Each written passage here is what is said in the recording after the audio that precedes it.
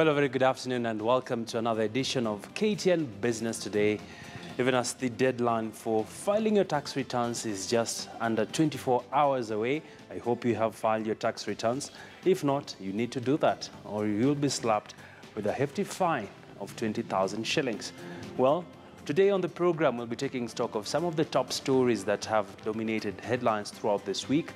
I'll be speaking to Ken Gishinga, who is our resident economist and the lead economist at Mentoria Consulting. He's with us right now here in studio, and we'll be having an interesting discussion, really just taking a look at some of the big issues that have emanated from the business world throughout the week. Well, we'll also be talking about urban transport, where we'll be hosting the general manager for Taxify. He'll also be talking to us about the trends we are seeing in urban cities and how border transport continues to mutate in Nairobi.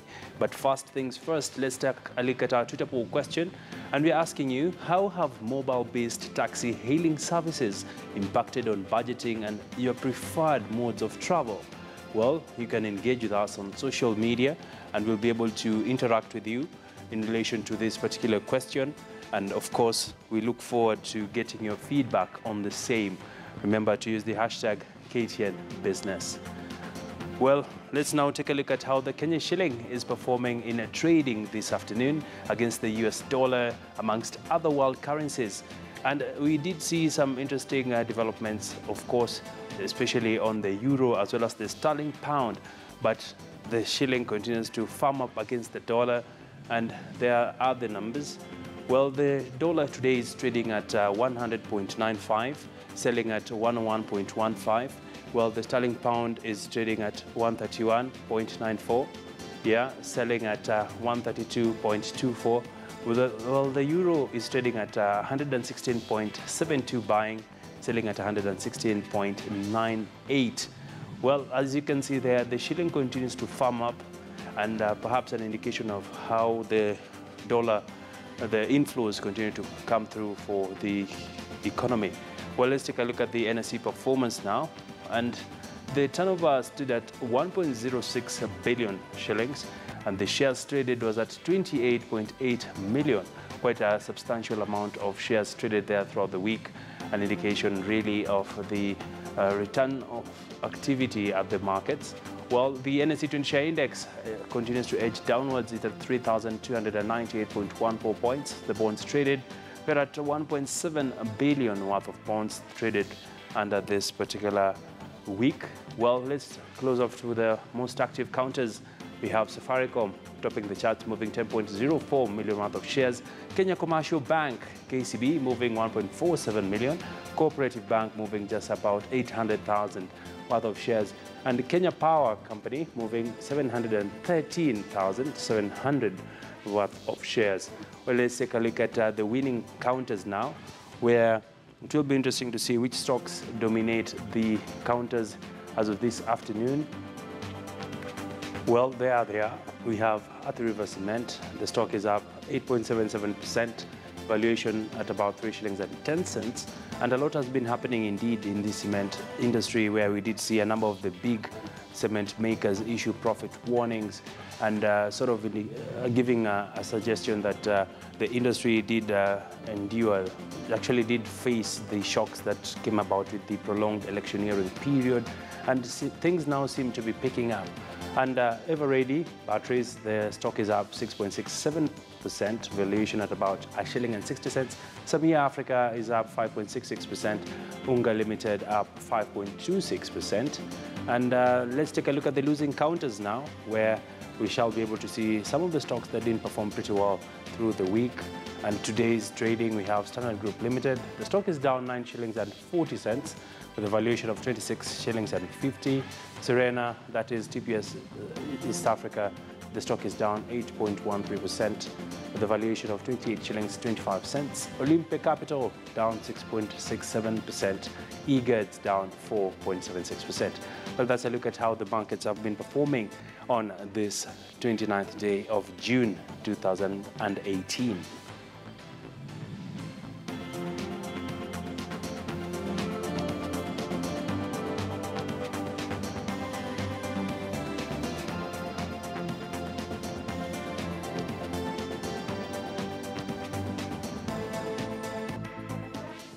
Well, Makueni County government has partnered with HIVOS to develop a viable and sustainable approach for more effective procurement process, procurement data collection, public disclosure of this information, eradication of corruption in use of public funds, and overall greater transparency and accountability. Speaking during the signing of the MOU, Mendy Njonjo, the regional director of HIVOS East Africa, says that they are seeking to achieve these goals through the partnership, thus implementing open contracting approach. Makueni Governor Kivuta Kimwana welcomed the move, as he said this will actually enhance the fight against corruption. He added that come next month, when his country will host other governors, they will pass the same message. A level playing field so that everybody comes to this business at the same footing. And there is nothing that is hidden. Whoever wants to do business, they are known. Whoever is pre-qualifies, they are known. The prices are known. So that nobody has unfair advantage. We recognize the robust efforts for good and ethical governance and participation of the people of Makueni in matters that affect them. And today we are honored to be formalizing a partnership that seeks to support Makueni to develop a viable and sustainable approach for more effective procurement processes, procurement data collection, and public disclosure of this information. And we believe this will lead to the eradication of corruption in the use of public funds. As the governor said, perhaps this could be the antidote to that ails us, and overall greater transparency and accountability. Kenya Airways has a heavy packed in-tray ahead of the coming of the direct flights into the United States, with many mandatory requirements, including vetting of staff for security reasons, completed. While the company's Chief Operating Officer, Jan de Veget, says much more remains to be done in order to achieve set conditionalities, with preparations going on apace, as he spoke to our very own Julia Wino. Here's that interview. You have to pass about 1,500 tests before you can fly to the US. There are all kind of formalities, and so we started already more than 8 months ago with this process with a project group. They're now about halfway, so there's still a lot to be done in visa, in setting up offices, in sending people over, getting handling companies, catering, all these things. Well, even as the war on suspected contraband or even contaminated sugar across the country continues, the state of the local sugar industry continues to worsen. Nowhere is this state more apparent than in Chemelil, in Kisumu County, once thriving town that grew on the back of a once vibrant sugar crushing and processing industry. KTN's Kevin Ogutu now with the story of lost livelihoods and the tussle over the defunct company assets. These were the faces of Chemelil Sugar Factory employees. The troubled miller that has been out of operation for 3 months now due to inadequate cane for crushing. As a result, the company is now in heavy debt, in limbo, and has not been able to pay its workers for 10 months running. Muhoroni Deputy County Commissioner Kipkech Lotetia had a difficult time engaging the enraged locals who say they had a more pressing issue at hand after auctioneers descended on the company. Auctioneers today, they came to our place, to the factory. These people are from West Kenya, our main competitor. The person who is poaching our cane from our zone without even plowing and supporting the farmers. They are taking our cane that is supposed to be crushed by us. The Kenya Union of Sugar Plantation and Allied Worker Secretary General Francis Wangara condemning the act. I wanted to condemn the action taken by West Kenya, more so trying to auction properties of Chemelil Sugar Company. As sister milling company, they should have found a better way of solving their issues, rather than going to attach or trying to auction property of Chemelil. The workers' story here, a testimony that there is something seriously wrong in the sugar sector at large. We have 350 in arrears, millions in arrears. That is in 12 months.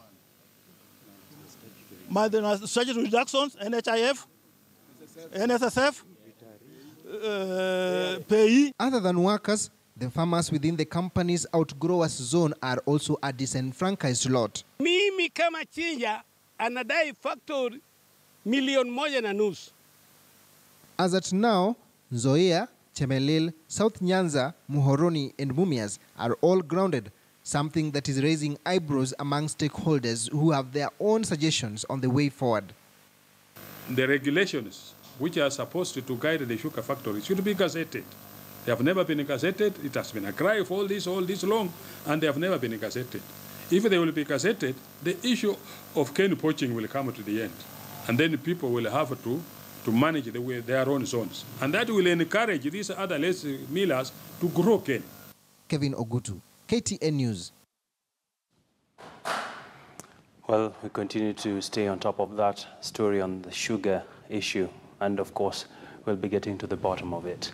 Well, still staying with agribusiness, a coffee farm in Limuru is borrowing a leaf from the wine tasting tours in the South African wine-growing regions of Stellenbosch after starting coffee farms and coffee tasting tours in order to build familiarity with the product among Kenyans. Well, the coffee sector is worth billions of shillings, but majority of this is earned from exports, meaning that farmers are left powerless and at the mercies of the global markets, while the farm's efforts seek to reverse this trend. We're at selling it on green beans. We sell the coffee to about 600 to 700 Kenya shillings a kilo. But when we sell the coffee on farm, we are able to sell the coffee to about $20 a kilo. So that way we are able to sustain the farm profitably. And also our business role model being the wine tasting that happens in South Africa, where you have tourists, from all over the world going to do the wine tasting in South Africa. It's the similar model that we have here, where we have tourists, coming to the farm to taste the different premium grades of coffee, and then afterwards they're able to buy the coffee from the farm. And also promote local consumption of coffee. When you have tourists coming to the farm, they're tasting the coffee, they're learning about the coffee, because you find that most Kenyans, despite us being a coffee growing nation, most Kenyans don't know anything about the coffee. As one of the ways of moving to curb the looting of public funds, President Uhuru Kenyatta ordered that all procurement officers in Kenya to undergo a polygraph test. So it really is a polygraph test. The polygraph is a machine that is supposed to detect when a person is not telling the truth. So is this really practical, with the polygraph machines being the answer to Kenya's corruption challenge? Well, Julia Wino with that story.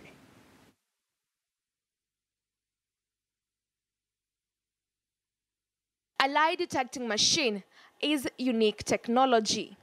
A lot of times, the system is used by spy agencies in sensitive security areas and in police investigations. The main goal of the lie detector is to see if the person is telling the truth or lying when answering certain questions. Well, for much of the public, the use of the lie detector may be a new thing. It is technology that has been around for a while now. Yes, I have. I've seen it in movies. Lie detectors and all, when the investigations are going on and they're trying to find out facts about a certain topic. I've recently seen it being advertised that it's something that is new, that has just come in. Basically, I've not seen it for a very long time, but I believe it's something new, and something new needs time to be introduced into the market. It needs some testing. The idea of using the polygraph is one that may have to be thoroughly reconsidered, because first, we do not have those polygraph machines. Secondly, they are a bit expensive. Thirdly, to administer proper polygraph, you must get a specialist. Those specialists charge quite a bit of money. Number 4, if you are to use the polygraph on basically most of the senior public officers, you need quite a bit in terms of numbers.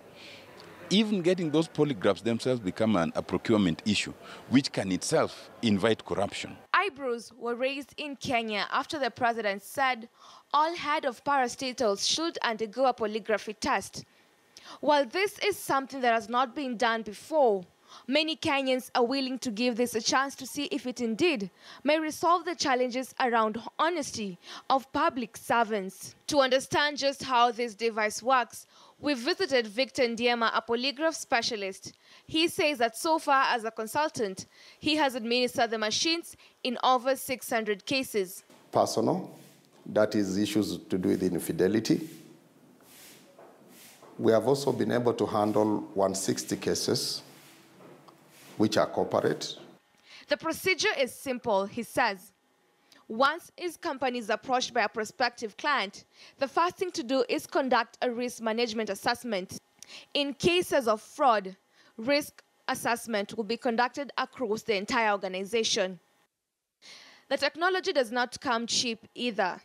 In fact, charges are levied depending on the amounts that will be potentially lost. We can be able to give you a report, the health status of your report, tell you which areas need maintenance, which areas need prevention, and which areas could likely lead to an investigation.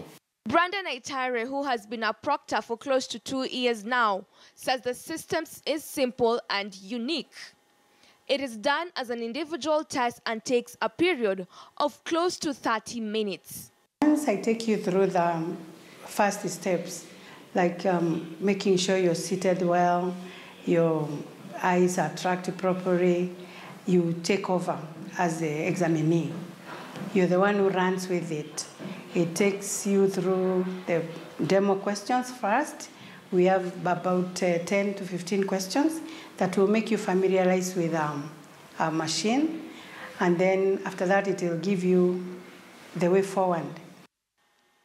The psychological indices are usually captured graphically through sensors attached to the body of the person being interrogated. Under the technology, lies are usually detected through the heightened nervousness. The person being interrogated is presumed to be telling the truth if they remain calm in the course of an examination. Movements while conducting the test and poor eyesight are some of the challenges experienced, likely to distort the results. Once you sit down, the machine will give you time out.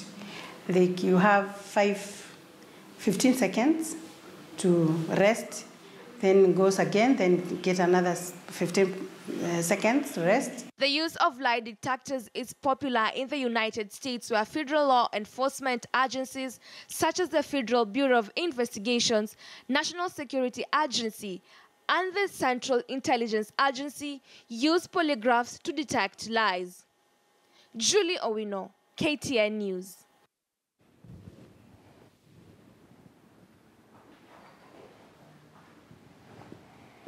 Quite interesting indeed when it comes to catching you if you're lying. Well, let's talk matters oil now. And Tano Oil has intimated that Kenya's quest to become an oil-producing country is well on course, even as the firm plans to make a final investment decision that will see the construction of upstream facilities. In a statement, on the British oil giant notes that the construction of an oil pipeline is scheduled to start in the late 2019. So far, the front-end design works and the environmental impact assessment work for the upstream foundation stage are now underway, following the award of the upstream feed and integrated project management contracts to Wally Parsons in May 2018. While following the agreement, the terms of the petroleum bill, the transfer of stored crude oil from Turkana to Mombasa by road is ongoing.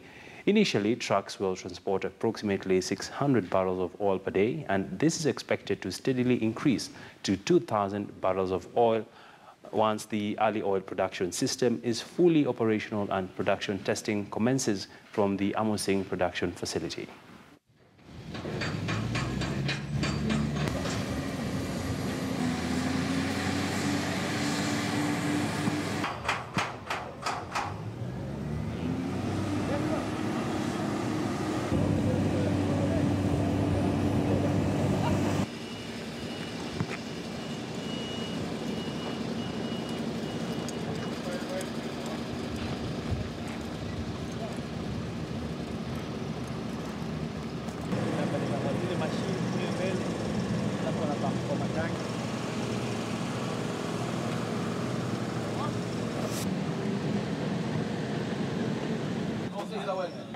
Take a picture with me. Yeah, that's when the truck's in the background. Why only equipment, no personnel?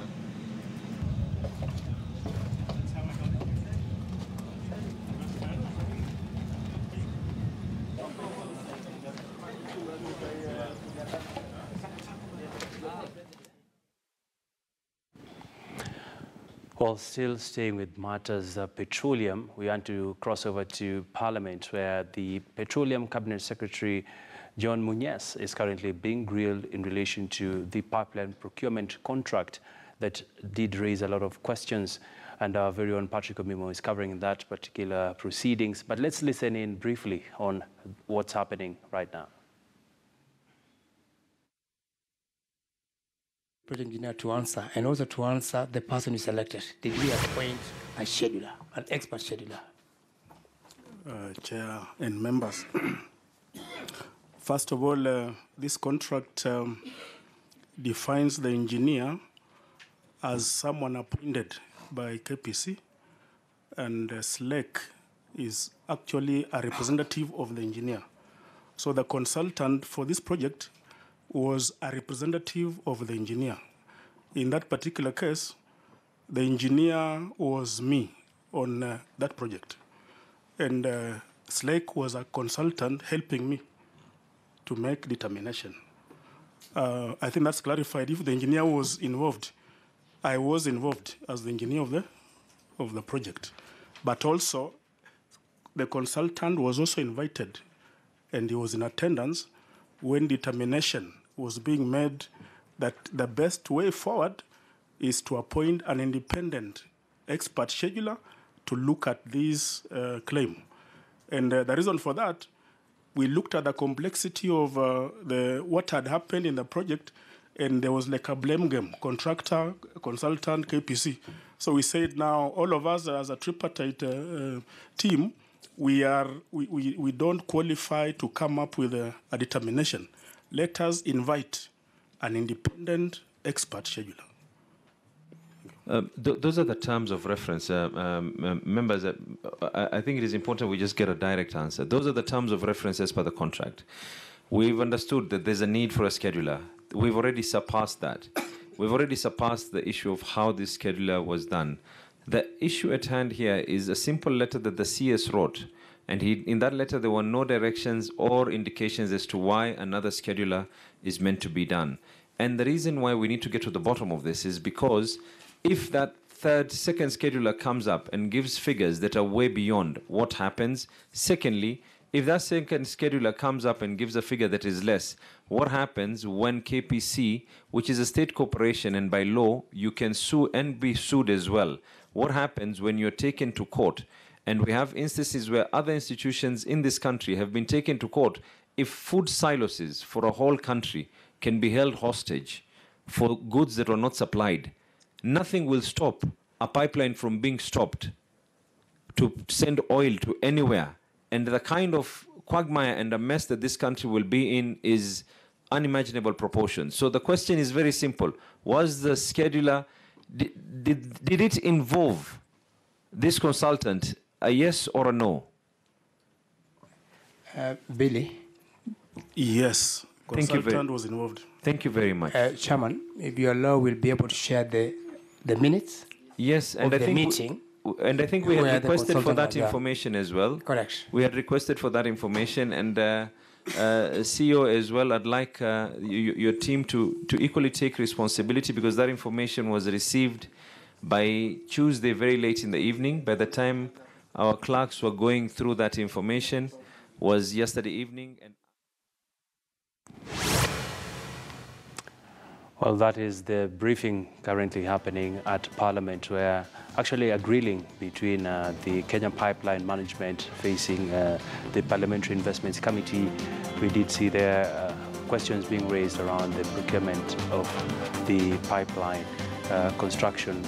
And of course, this is one of the areas that we continue to keep our lenses on, just to get to the extent of what really happened in relation to that particular tender. Well, we're going to go for a quick commercial break. When we come back, I'll be speaking to Ken Gishinga, who is with us, and we'll be taking stock of the big stories that defined headlines this week. Don't go too far. Break.